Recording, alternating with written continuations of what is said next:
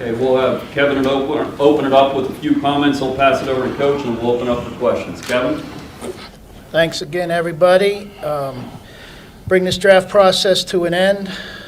We talked about Kenny Pickett on Thursday evening.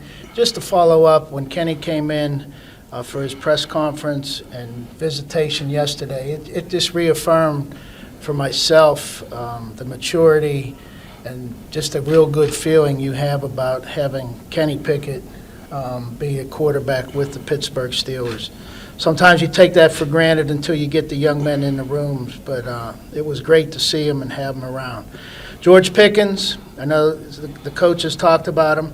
Pickens is a very, very talented young man. He suffered a ACL last spring.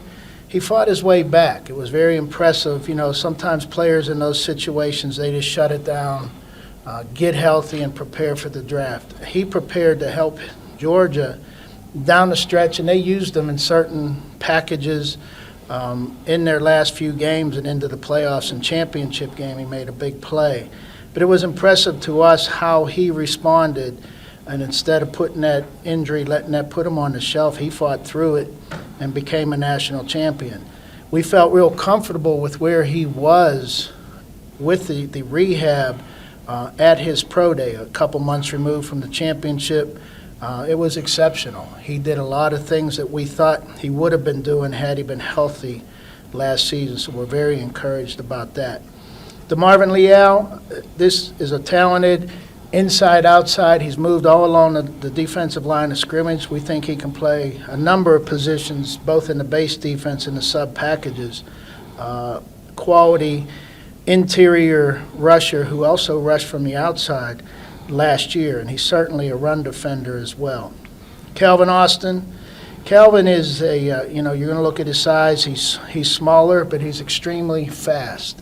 I think he timed on our watches in the 4.4s at the combine, but what Coach reminded me of was, this is a 200-meter guy. He's probably hitting his peak speed at 40 yards.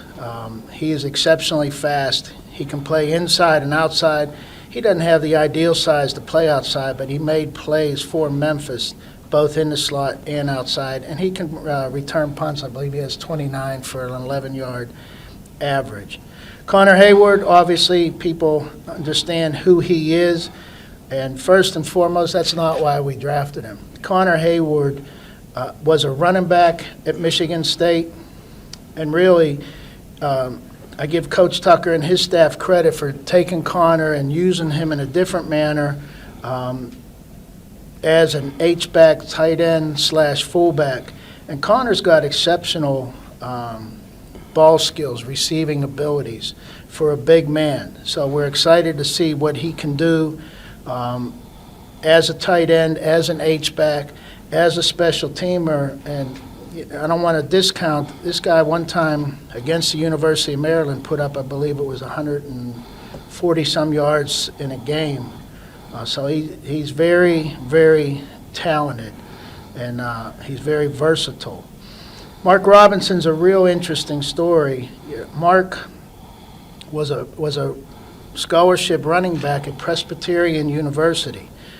Presbyterian dropped scholarship, so he looked for another opportunity, and he went to Southeast Missouri as a scholarship player. Southeast Missouri during the COVID season didn't play, so he didn't want to sit out a whole year, so he had a friend, ex-teammate from back home at the University of Mississippi that encouraged him to come down there.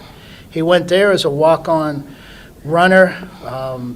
They gave him some looks on defense just as a scout team player, and all of a sudden they're seeing, wait a minute, this young man can play defense.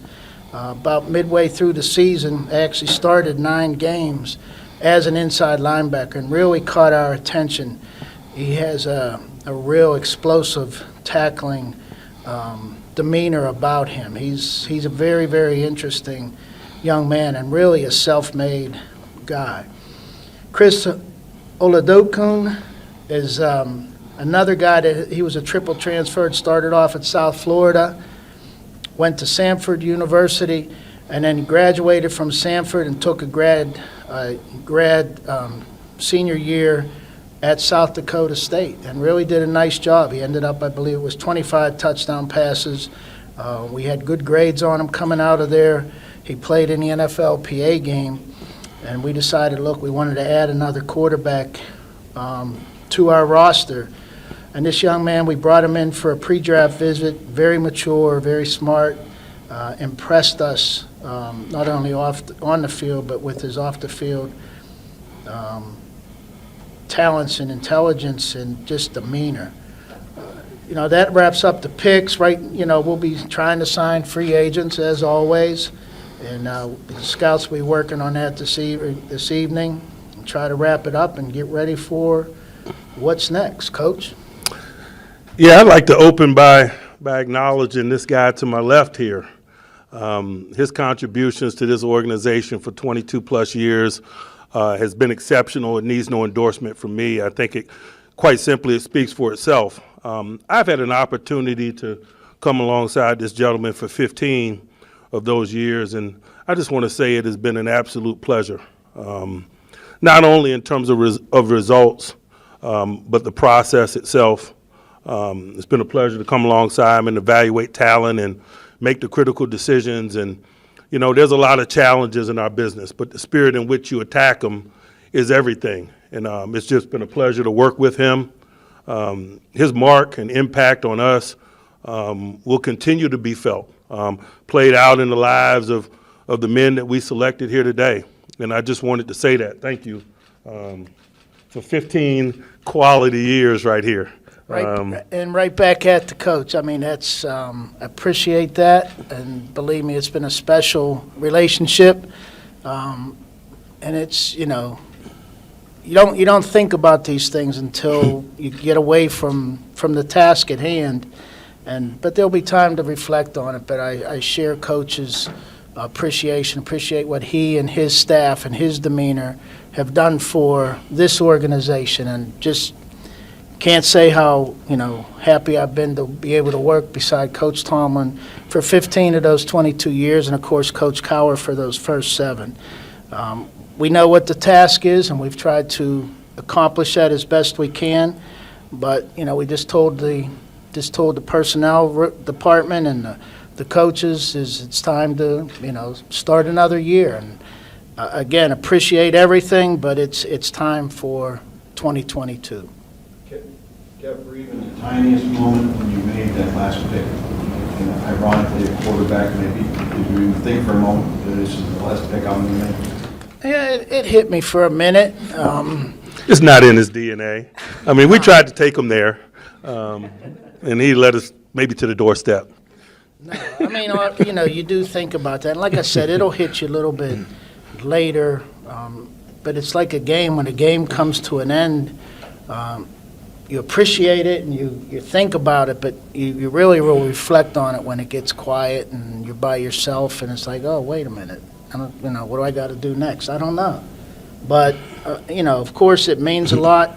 The last pick, again, we hope it's the best pick, and only time will tell. Mike, did you say anything to him that last pick? To him? Yeah, trying to say. No. I know he's not going to break character, and so, but he makes it easy to stay focused on the task at hand, which we all have done and will continue to do. Kevin, what are you going to do immediately? I mean, I know you're going to stay tied to, it's not like you're moving away or something, but the next couple of weeks, how are they going to be different than the last 22 couple weeks? Honestly, I don't know, because for 38 years we've been doing this, and I've enjoyed every moment of it, and I don't know what's next.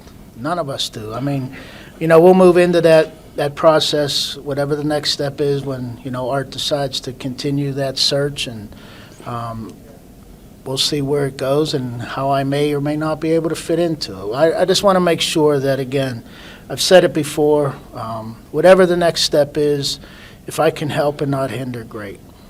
Kevin, how do you feel like you left the franchise? I don't want to say better than. I'm proud that we've added to that room. There was 4 trophies.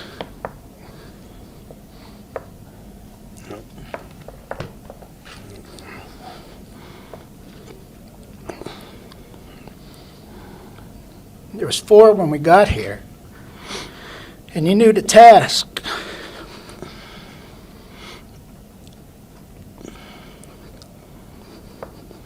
It's all right, brother.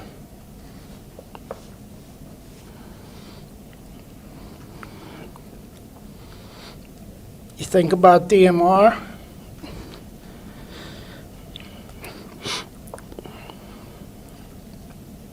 and being able to add to that room means a ton. But it doesn't mean it's over. The next step, I mean, we gotta get more than, and we'll never lose that. But it means a lot. Will you, until a replacement is named, will you just continue in what you're doing next week, months, whatever, however long it takes? Yeah, I would anticipate, we'll see, and again, Art will address that and bring Coach and I up to speed. Coach will be more involved with the next wave. I made initial recommendations, and, we interviewed some great people, including 2 great internal candidates. There's a lot of people that can do this. There's probably some that can do it better. But there'll be, time will tell, and Art will dictate when that time is to move to the next step. He'll dictate how we want to go about it, how he wants to go about it, and ultimately he'll make that decision with whatever input he asks of us. Long term, not sure what's next, but immediately do you have a dinner tonight or any kind of celebration that draft is done and your last draft is done? Not really. I mean, I'll go back down to the room and make sure we get the free agents all wrapped up and, button things up for tonight and go home and spend time with Janice, my wife, and see where life goes. Hey, Kev, today specifically, when you had the lull without the 5th, was there anything that you were hunting for that you would have liked to have gotten that you didn't have, a defensive back or an offensive lineman? Oftentimes you walk away from the draft with at least one of those in each position. Yeah, I mean, every time you go into a draft, you wish you had more than, and you reflect back on why you didn't have that 5th-round pick. I mean, that was a swap of 5 and 7s with the Jets that we did for Avery Williamson after we had lost Devin Bush. We had traded for a veteran linebacker, and Avery did a nice job filling in that year. He gave us what he could. When you trade away a 5th that we did next year, that was for Akella Witherspoon, and Spoon came in, gave us a year of service, and now he's under contract for 2 more. So you always reflect on what you got with that pick, and it makes up for some of it. When we didn't have the 1st-round pick that we had traded for Minka, we were very comfortable in not having that pick and having Minka. So you understand there may be that lull, and you wish you could have, but reality is you didn't. And again, coming away with 7 picks, it was good. And again, that 5th or that 7th that we got back, that's for Olodokum. So Olodokum, I got to get to say it right. Mike, you have lots of numbers at those positions, defensive back and offensive line. Like the competition that's capable there without adding to it this weekend? Yeah, and we added to that mix in free agency. And there's 2 ways, obviously, that we add to our talent pool, free agency and draft, and we felt really comfortable with what we were able to do in free agency in both rooms. Mike, when you called Connor Hayward, did you deliberately not want to tip off Cam, but then you called him right after that? It was none of Cam's business. Cam just happens to be his big brother. But I say that, and I mean it. Connor's resume speaks for itself. He's a Swiss Army knife. He's very talented. He has a nice skill set. He's a capable runner. He's a capable blitz pickup guy. He's very good in terms of the screen game, timing, and feel. He made some plays down the field as a tight end in that offense. He's a physical guy. We imagine that he could be an offensive contributor in teams, and so he was very worthy of that consideration, and I didn't want to water that down in any way by including Big Brother. You guys are up to 4 sets of you guys are up now to 4 sets of brothers. Is that the cap on brother sets on this roster? Could you find a couple more? We value the intangible quality.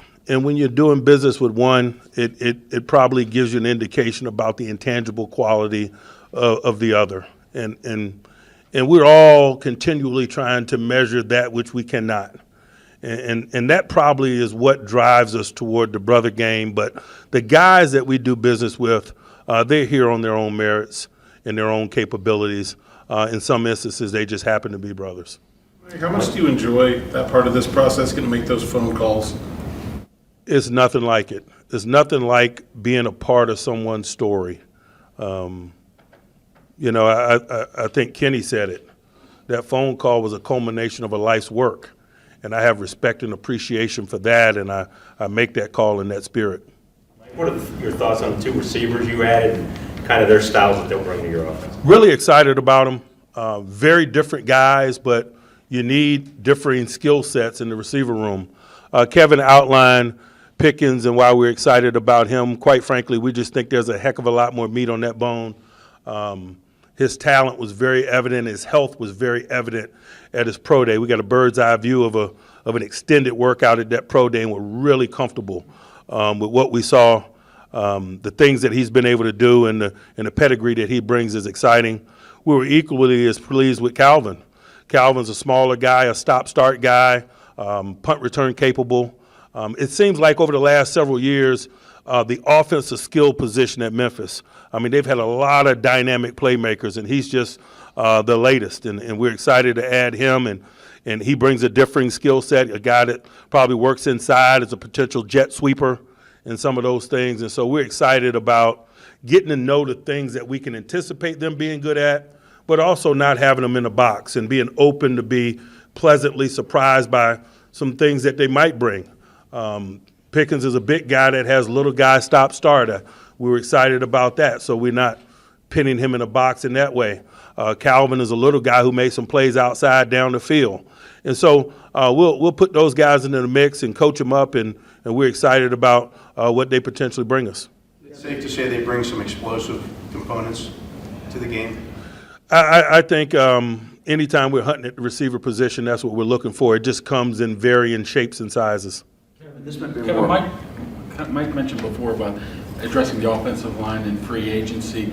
Was that always the plan, or is that where you felt the more bang for your buck would be, to get free agent offensive linemen and go somewhere else in the draft? Is that always the plan? I mean, when we went into the free agency, we had hoped for that. And again, coming away with, you know, two guys that are center guard capable and having Kendrick Green in that same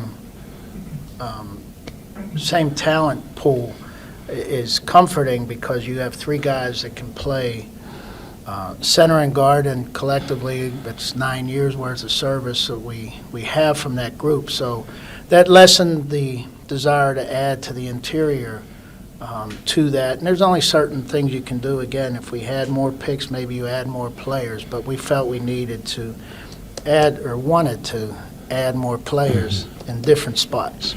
Kevin, this might be a more global question, but when you spoke with us after Pickett was selected, you spoke really highly of the quarterback class at large. And Mike said it went around the globe and came back to home to get Pickett. But were you a little surprised then to see all those guys still on the board with as much homework as you had done on them? I was, and we were, and it was, we were just comforted to know that we had Kenny in the fold. And again, I'll repeat, that group's a quality group, and I suspect a lot of those players will come away as starters, and their team selected them when they selected them, and if it works out for them, great for them. But I hope it works out for those young men, because it was a quality group. And, you know, the one thing we didn't really talk about with Kenny, we put Kenny through the exact same process that we put the rest of those guys through, just to make sure we didn't take anything for granted. But in doing it, you learn so much about them, again, their families, their teammates, how their teammates respected them, and it was a good group. I was surprised, and again, sometimes things break differently, but while they were breaking, we were just comfortable in knowing that we had Kenny Pickett. We talked a lot about being invigorated. I think, I don't know what word you used about having a new quarterback, or that challenge of it. There was 3 eligibles this year, 2 last year. They're starters, a couple linemen last year. Your offense as a whole, in other words, not just the quarterback, has kind of turned over these past 2 years. Is that the same feeling you have kind of going forward?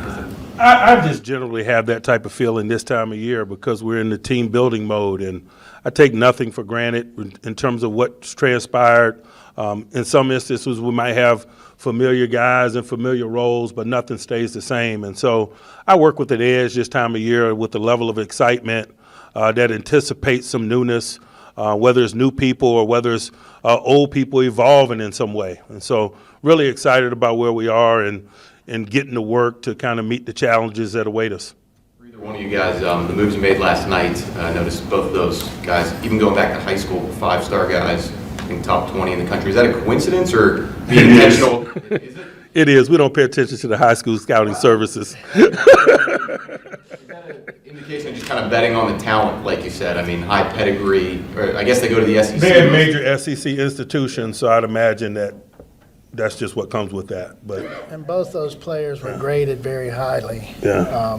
Going into the whole draft process or coming out of the meeting process, we had them both valued very highly. On the flip side, a couple guys who were also walk-ons and had to earn that. I mean, is that something you guys kind of tend to gravitate toward? Do you have some already on the roster like that as well? I just think the whole discussion is a reflection of football justice. It doesn't matter about what means you position yourself for draft eligibility.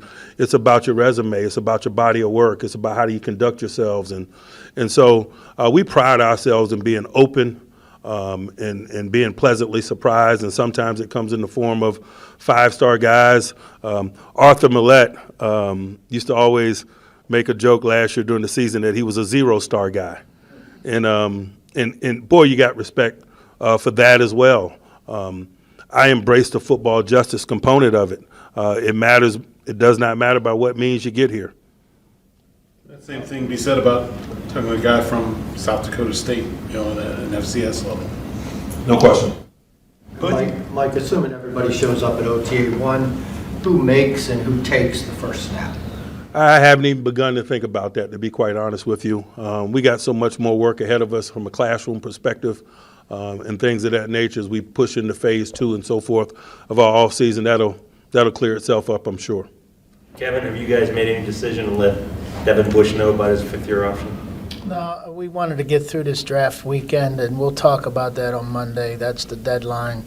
And we understand it has to be made by then. But again, through this whole, we were focused on this weekend and making sure we got this weekend right. And then we'll make those decisions on Monday. Both you guys multiple times, and Frisman also talked about that Pickens decided to come back and play or fought his way back and played and maybe could have taken the year off after his injury and everything. Is that an intangible you see as a positive? Do you talk to guys that maybe didn't play in the bowl game or did play in the bowl game or something like that? Is it positive or negative to see their love of football? We understand what's going on in the college football world, and we don't begrudge anybody that decides not to play in their bowl games.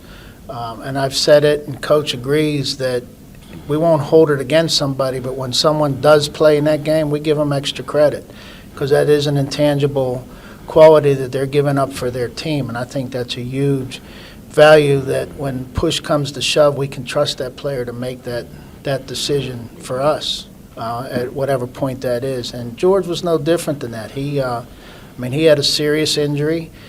He made it back in an unusual short amount of time, and I give Georgia and Coach Smart credit for how they did that. He was practicing during the year on a limited basis. I remember watching him there and understanding, okay, he might make it. And they used him in certain spots as much as they were comfortable with without risking further injury with him. And again, by the time he got to his pro day, he was about a year removed from that ACL, and it was an exceptional display of his health. Was picking DeMarvin impacted at all by Stefan's availability or lack thereof? Which one? Oh, no. DeMarvin, we always want to be adding young defensive linemen. Cam's not getting any younger. Tyson's not getting any younger. And Stefan's right at that, coming out of that prime age. So you got to keep bringing youth. We did it last year with Loudermilk. You're encouraged to keep that youth along that line. So when a guy like Leal was there, that wasn't a hard choice. Can never have enough young, high pedigree bigs. Mike, what do you think about Leal's versatility? You know, his versatility is exciting, but I just, you know, I like his traits in general, his rush traits. He's dynamic, man. I studied that Bama game significantly. That was a Sunday matchup. I thought he represented himself very well in that game. You know, oftentimes when you talk about versatility, you almost feel like you're slighting him from a pedigree standpoint. And this is a high pedigree guy with a bunch of talent. Anyone else? Mike, the depth at outside linebacker, is that concerning at this point, or could be something you can address here in the next couple of weeks? You know, it's not overly concerning, but it's also something that we're capable of addressing. Closer to a decision or to a timetable on to its decision on or what's going on with him for this year? I don't know that there's a timetable. You know, I think we're comfortable with where we are and kind of from a calendar standpoint where he and we are all heading. Anyone else? Coach, thank you, Kevin. Thank you, guys. Thanks, everybody. Kevin, real quick, for the people in this room, I think it's only fitting.